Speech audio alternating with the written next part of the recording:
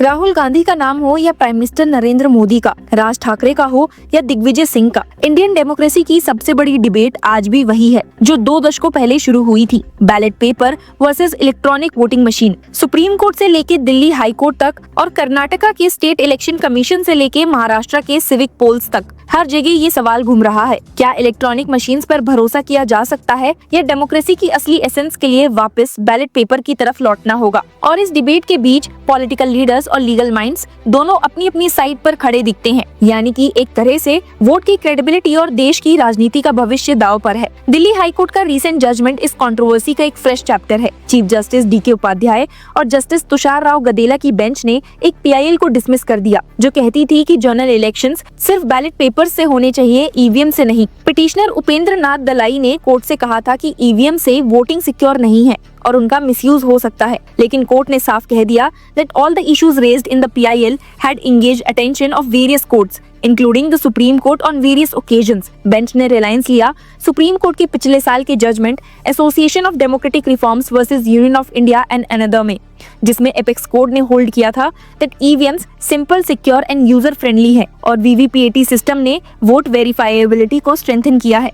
Court ने clear कर दिया that in view of the aforesaid we decline to entertain the writ petition, the same is hereby dismissed। लेकिन ये पहला case नहीं है जो दिल्ली हाई कोर्ट ने रिजेक्ट किया हो। EVM कंट्रोवर्सी की लीगल जर्नी काफी लंबी है। 2001 में भी दिल्ली हाई कोर्ट में एक पिटीशन फाइल हुई थी एडवोकेट CR जया सुकीन के थ्रू, जिसमें डिमांड की गई to save democracy we must introduce the ballot paper system back in electoral process. Petition में आर्ग्यू किया गया था कि इंग्लैंड, फ्रांस, जर्मनी और US जैसे डेवलप्ड कंट्रीज ने EVMs को बैन कर दिया है और बैलेट यूज कर रहे हैं। आर्ग्यूमेंट सिंपल था that EVMs can be hacked but the ballot system is extremely safe. लेकिन कोर्ट्स बार बार इस बात पर रिलाई करते आई है कि सुप्रीम कोर्ट ने EVMs को एंडोर्स किया है और VVPAT को सफिशिएंट सेफगार्ड माना है।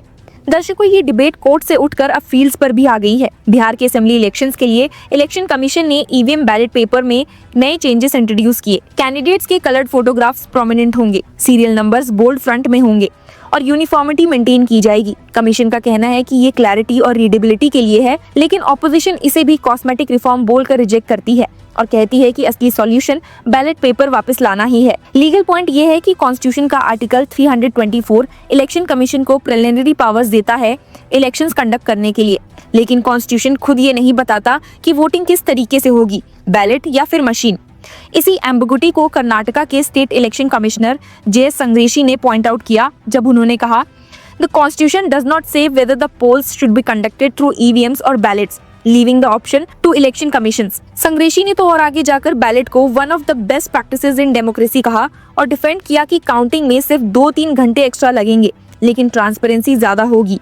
कर्नाटका गवर्नमेंट ने भी लोकल बॉडी इलेक्शंस में बैलेट पेपर री इंट्रोड्यूस करने की रिकमेंडेशन दी है, पर सब लोग इस मूव से खुश नहीं हैं। कुछ रिटायर्ड IAS ऑफिसर और फॉर्मर चीफ इलेक्टोरल ऑफिसर्स ने ये कहकर अपोज किया कि बैलेट पेपर वापस लाना टेकिंग डेमोक्रेसी बैक 30 इयर्स होगा। एक सीनियर ऑफिसर ने कहा operationally it is a nightmare as there are crores of ballots to print, store, guard and count. Mistakes are inevitable. उनका कहना है कि अगर इरोजन ऑफ ट्रस्ट का इशू है तो सॉल्यूशन बैलेट पेपर नहीं है, बल्कि ट्रस्ट बिल्डिंग मैकेनिज्म्स इनहांस करने चाहिए, जैसे VVPAT का यूज करना, रैंडमाइजेशन में पॉलिटिकल पार्टीज को इन्वॉल्व करना और स्ट्रॉन्ग रूम चेक्स को ट्रांसपेरेंट बनाना। दर्शकों, इस पूरी डिबेट पर फॉर्मर चीफ इलेक्शन कमिश्नर नवीन चावला की किताब एवरी वोट काउंट्स का भी जिक्र करना बनता है, जहां उन्होंने लिखा है that when some political parties or candidates have lost elections, they have been quick to blame the EVMs. Yet, when they win at the hustings where the same machines were being used, they celebrate their victories with gusto।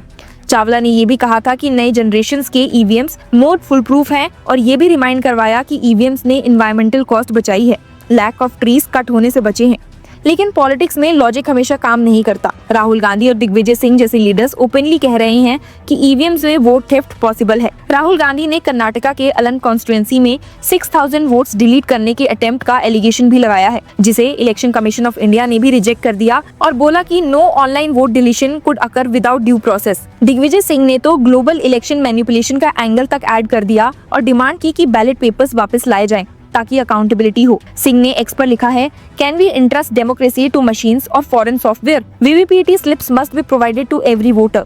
Maharashtra में राज ठाकरे की MNS और उद्धव ठाकरे की शिवसेना भी ballot के support में आ गई है। MNS leader बाला नंदगोनकर ने चैलेंज कर दिया है, ये कहते हुए that what is the issue in holding polls using ballot papers? If you think you will come to power irrespective of the Thackeray cousins coming together, then hold polls using ballot papers. यही narrative है जो EVM debate को सिर्फ एक legal और technical नहीं बल्कि deeply political बनाता है।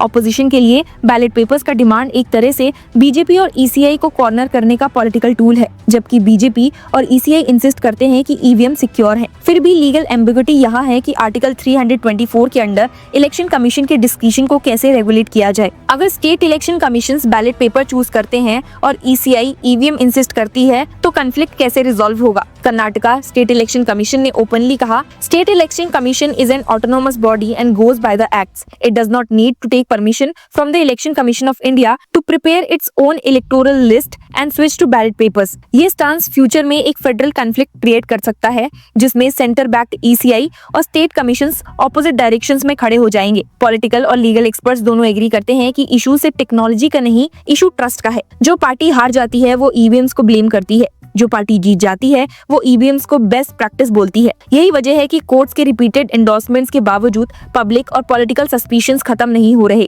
और जब डेमोक्रेसी का essence free and fair elections है तो फिर परसेप्शन भी एज इम्पोर्टेंट है जितना actual technical security. Rahul Gandhi और दिग्विजय सिंह जैसे लीडर्स के एलिगेशंस, राज ठाकरे और उद्धव ठाकरे के demands, Karnataka state election commissioner का प्रो बैलेट स्टांस और दिल्ली हाई कोर्ट का रिपीटेड रिजेक्शन सब मिलकर एक पैराडॉक्स क्रिएट करता है। लॉ कह रहा है कि ईवीएम सिक्योर है, लेकिन पॉलिटिक्स कह रही है कि ट्रस्ट मिसिंग है। और जब तक ये ट्रस्ट रीबिल्ड नहीं होता तब तक हर इलेक्शन के बाद एक ही सवाल घूमेगा, देश की तकदीर बैलेट से डिसाइड हो रही है या बटन से।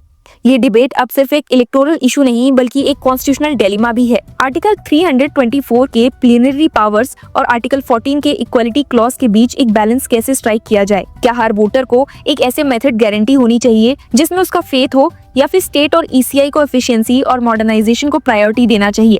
ये क्वेश्चंस अभी भी खुले हैं और जैसे जैसे 2026 के इलेक्शंस करीब आएंगे ये कंट्रोवर्सी और भी गर्म होगी। कुछ ऑब्जर्वर्स कहते हैं कि ये डिबेट एक साइकोलॉजिकल गेम भी है। बैलेट पेपर की टेक्निकल फील और मैनुअल काउंटिंग एक तरह का सिंबॉलिक रीअश्योरेंस देता है जिसमें वोटर्स को लगता है कि उनका वोट फिजिकली सेफ है। मशीन्स चाहे कितनी भी फुल प्रूफ क्यों ना हो, एक इनविजिबल सस्पिशन क्रिएट होता है और पॉलिटिक्स में परसेप्शन ही सब कुछ है।